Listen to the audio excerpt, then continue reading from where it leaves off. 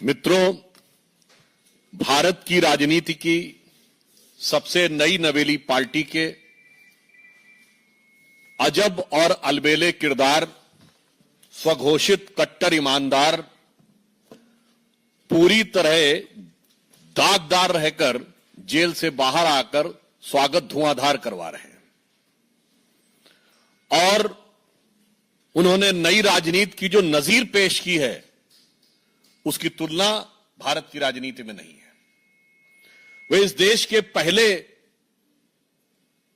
मुख्यमंत्री बने हैं जो अपनी ही सरकार के अधीन जेल में जलवाए जलाल के साथ मुख्यमंत्री रहते हुए रहे। आप लोगों को ध्यान होना चाहिए, तिहाड़ जेल जो है वो दिल्ली सरकार के अंडर में। और इतना ही नहीं रही है, उनके साथ उनके 2 मंत्री भी वहां पर रहे, यानी 2 वजीर और 1 वजीर आजम अपनी ही जेल में।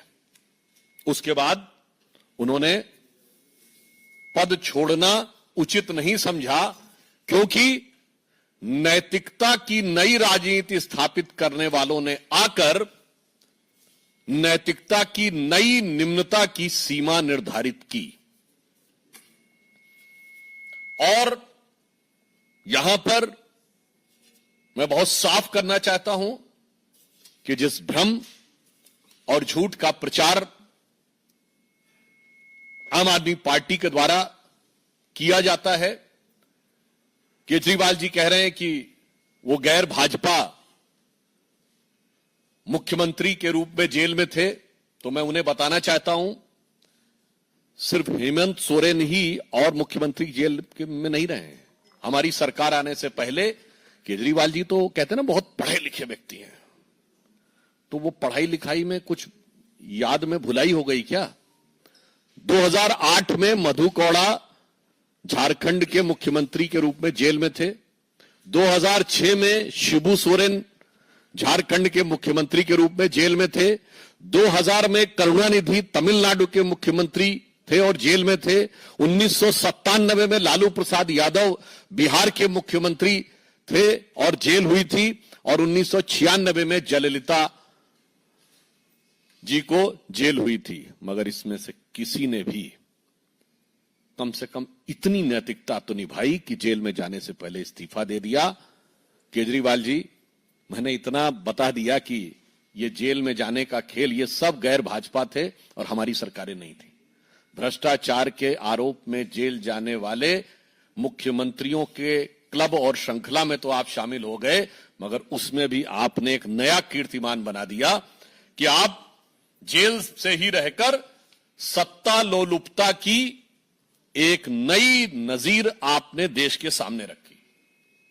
और फिर इतना ही नहीं, जेल से बाहर आकर जिस ढंग की आतिशबाजी हुई, अपनी ही सरकार के जेल से बाहर आकर अपनी ही सरकार के बनाए हुए नियम को तोड़ने वाले भी वो इस देश के पहले मुख्यमंत्री हुए। दिल्ली सरकार ने आतिशबाजी पर प्रतिबंध का निर्णय लिया और दिल्ली का मुख्यमंत्री दिल्ली की जेल से निकलकर दिल्ली सरकार के नियम को ध्वस्त करे। ये एक नई राजनीति थी। और उसके बाद उनकी नई राजनीति कहीं कहीं पर बहुत विडंबनापूर्ण और दुखद भी लगती है। शराब घोटाले में जब इन पे आरोप लगा था, तो दिल्ली में दारू का दरिया बहाने वाले लोग महात्मा गांधी की समाधि के ऊपर जाकर शपथ लेने का ढोंग कर रहे थे, जबकि महात्मा गांधी का जो जन्मदिन है 2 अक्टूबर पूरे देश में ड्राई डे होता है। इससे बड़ा मजाक क्या हो सकता है भारत की राजनीति में कि शराब घोटाले के आरोपी गांधी की समाधि पर, और आज भगत सिंह जी से तुलना कर रहे हैं। आपको याद हो, पहले भी जब इन लोगों ने भगत सिंह जी की फोटो लगाई थी तो भगत सिंह जी के परिवार की तरफ से भी आपत्ति आई थी। और मुझे लगता है कि शहीद आजम भगत सिंह जैसे लोगों की, और जिन लोगों ने देश के लिए बलिदान दिया, उनकी आत्मा जहां भी होगी स्वर्ग में उन्हें बहुत कष्ट हो रहा होगा।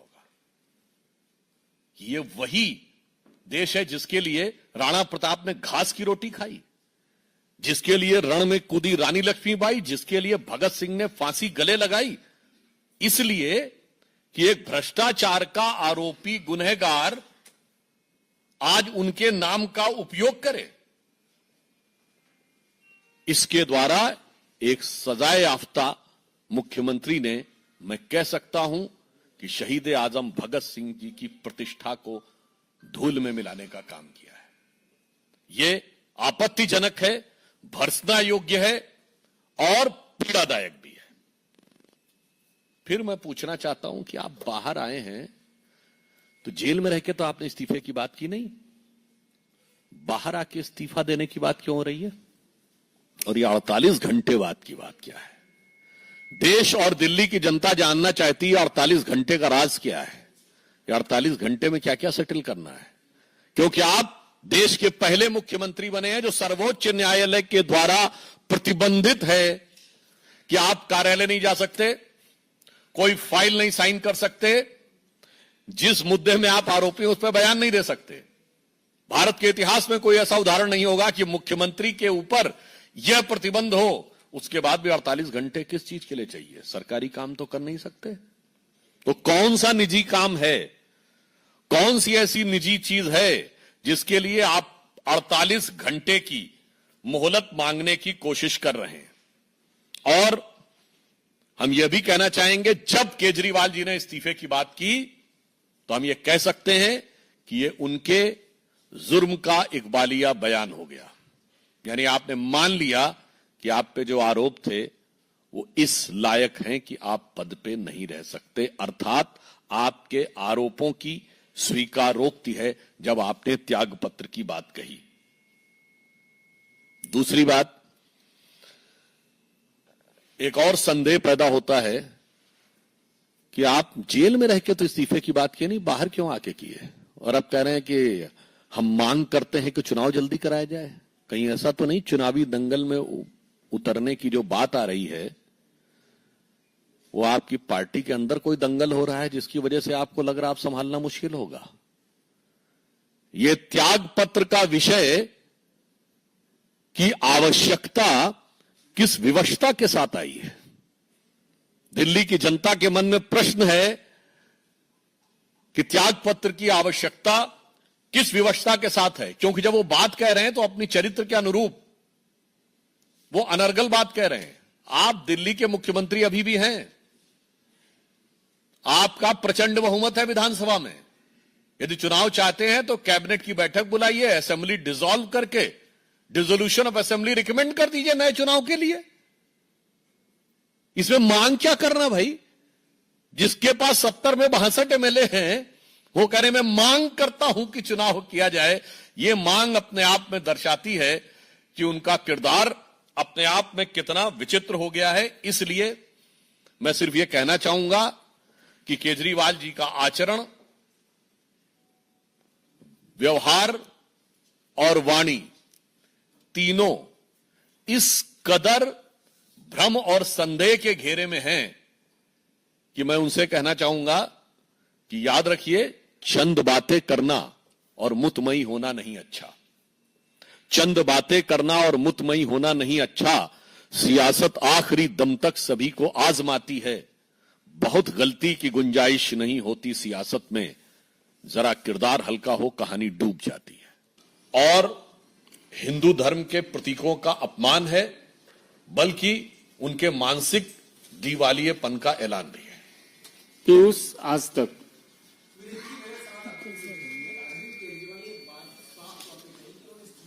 इसी मेरे दिमाग में आया। और आप वो इस्तीफा इसलिए दे रहे हैं क्योंकि उनको लोगों का मैंडेट चाहिए, और जब तक लोग नहीं चाहेंगे तब तक वो कुर्सी पर नहीं बैठेंगे, पहला।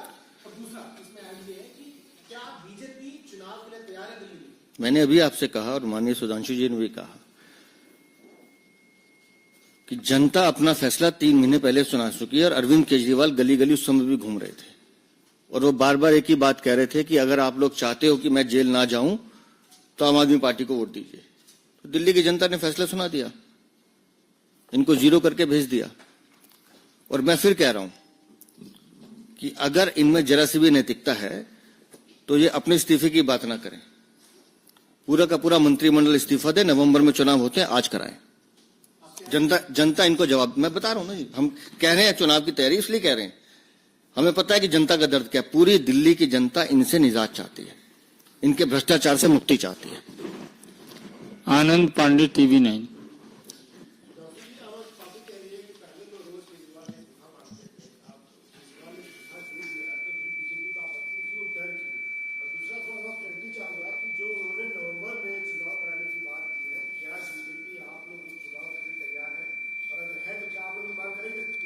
देखिए, उनके चरित्र की तरह उनका बयान भी छलावा है। मुख्यमंत्री हैं तो कैबिनेट की बैठक बुला के रेजोल्यूशन करके एलजी को इस्तीफा दे दिया है। कभी कोई सीएम मांग करता है कि चुनाव कराना है? फट से जाके डिसॉल्व करके असेंबली को सरकार इस्तीफा देती है, विधानसभा भंग करने की सिफारिश की जाती है और राज्यपाल को दिया जाता है। यही है, वो अंदर से कुछ और बाहर से कुछ और नजर आते हैं। Pragya Times no. Sir, I was about to ask the same thing because Kejriwal said two things. First, that he wants immediate election. Second, he said within 48 hours, 2 days, I'll give a replacement to you of who would do the CM days. So how do you look at these two statements? And secondly, he has compared himself with Bhagat Singh and also Manish Sisodia with Bhatukeshwar. How do you see that comparison?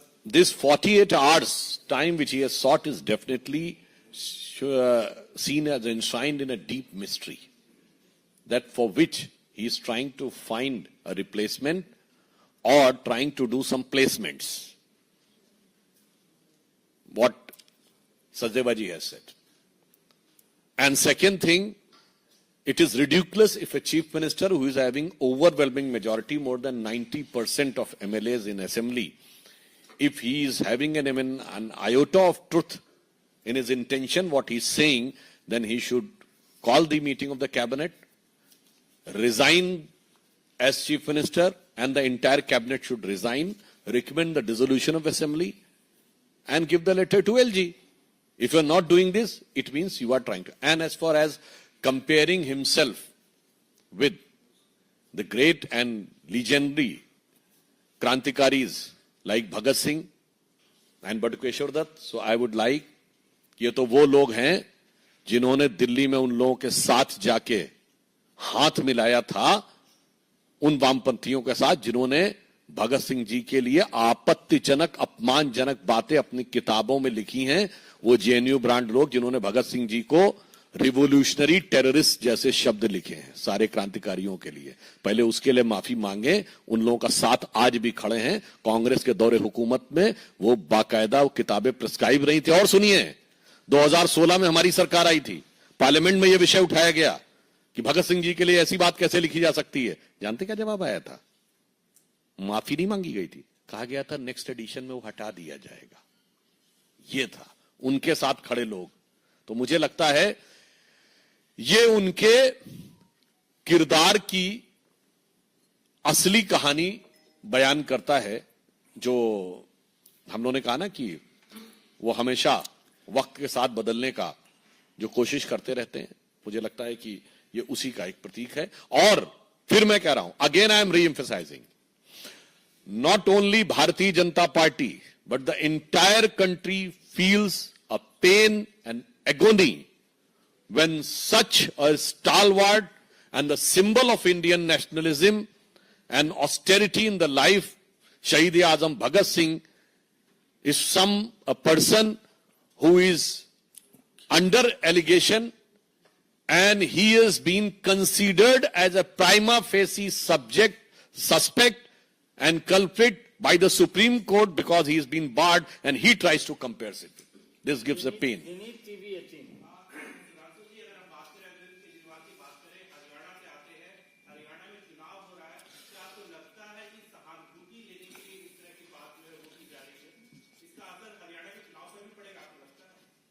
देखिए, मुझे लगता है कि हरियाणा में जो चुनाव हो रहे हैं, आप देख रहे हैं सभी पार्टियां गठबंधन करने को लालायित हो रही हैं। बाकी दोनों पार्टियां भी, एक बसपा से और एक आजाद समाज पार्टी गठबंधन किए हैं। और वही सुनिए, दिल्ली में गठबंधन कांग्रेस और आपने किया, फिर तोड़ दिया था, फिर कोशिश की गठबंधन करने की। यानी रह रहकर जिनको बेईमान कहते थे, वो कट्टर ईमानदार असली में एक दूसरे से तार कैसे जोड़ के रखना चाहते हैं। और मुझे लगता है हरियाणा के संदर्भ में वहां की जनता ने बहुत स्पष्ट रूप से विगत 10 वर्षों में जो विकास के कार्य देखे हैं, निर्णायक और प्रभावी विजय भारतीय जनता पार्टी को प्राप्त होगी। बहुत बहुत धन्यवाद। हो गया कितना सवाल।